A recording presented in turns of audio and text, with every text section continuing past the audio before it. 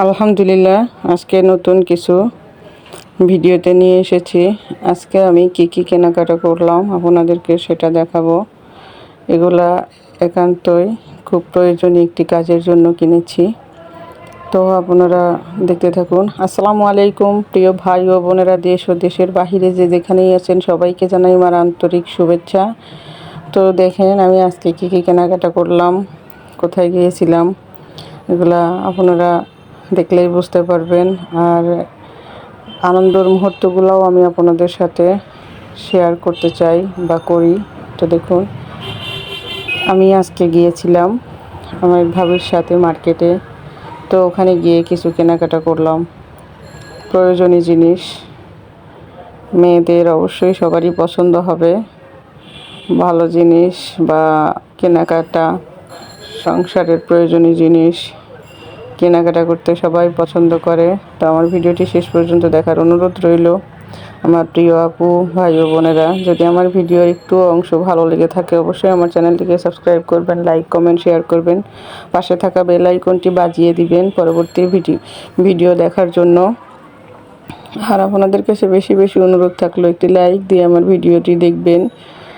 তো দেখতেই পাচ্ছেন আমি আপনাদেরকে পুরোটা ঘুরিয়ে দেখাচ্ছি। এটা হচ্ছে পাহাড়তলি বাজার বলে। এই পাহাড়তলি বাজারে একটি দোকান আছে। এখানে মোটামুটি ইনশাল্লাহ আপনি সব কিছুই পাবেন। এখানে গিয়েছিলাম, বেশি দূরে কখনো একা যাওয়া হয় না, এক ভাবির সাথে গিয়েছিলাম, না হলে সবসময় হাজব্যান্ডের সাথেই যাই। আজকে গিয়েছিলাম ভাবির সাথে। তো মাশাআল্লাহ সবগুলো দেখেই মনে হয় কিনে ফেলি। তো কী নিয়ে আসলাম কিনে আপনাদেরকে একে একে বের করে দেখাই। প্রথমত নিয়েছি আমি 2টা মগ। আর এই 2টা মগ কেন নিয়েছি সেটাও একসময় আপনারা ভিডিওর মাঝে দেখতে পারবেন। তারপরে সব সময় ইউজ করার জন্য 2টা বিছানার চাদর নিয়েছি। বিছানার চাদরগুলো যদিও বা একদমই কম দামি, কারণ সবসময় ব্যবহার করার জন্য যত কম দামি জিনিস হয় আমি মনে করি ততটাই ভালো। কারণ আমরা মধ্যবিত্ত পরিবারের লোক, তো এই জন্য হিসাব করে সব সময় চলতে হয় আমাদের। তো আমি এখানে 2টা কড়াই নিয়েছি, একটা বাসাতে থাকবে আর একটা বাড়িতে নিয়ে যাব, বাড়িতে চিতা পিঠা খাওয়ার জন্য।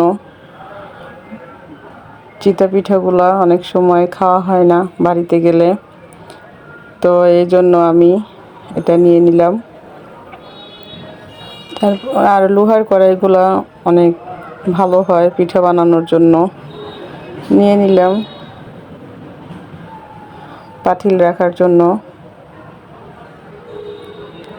এগুলো, আর ছোট ছোট পাতিলগুলো দেখতে খুব ভালো দেখা যায়। আর মানুষও যেহেতু কম, এই জন্য সব ছোট ছোট পাতিল।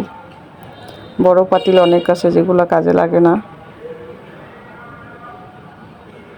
রান্নার কাজে অনেক সময় বড় পাতিল অল্প রান্নাতে বিরক্ত মনে হয়, এই জন্য ছোট ছোট জিনিসগুলো। পাতিলগুলো দেখতে খুব সুন্দর হয়েছে।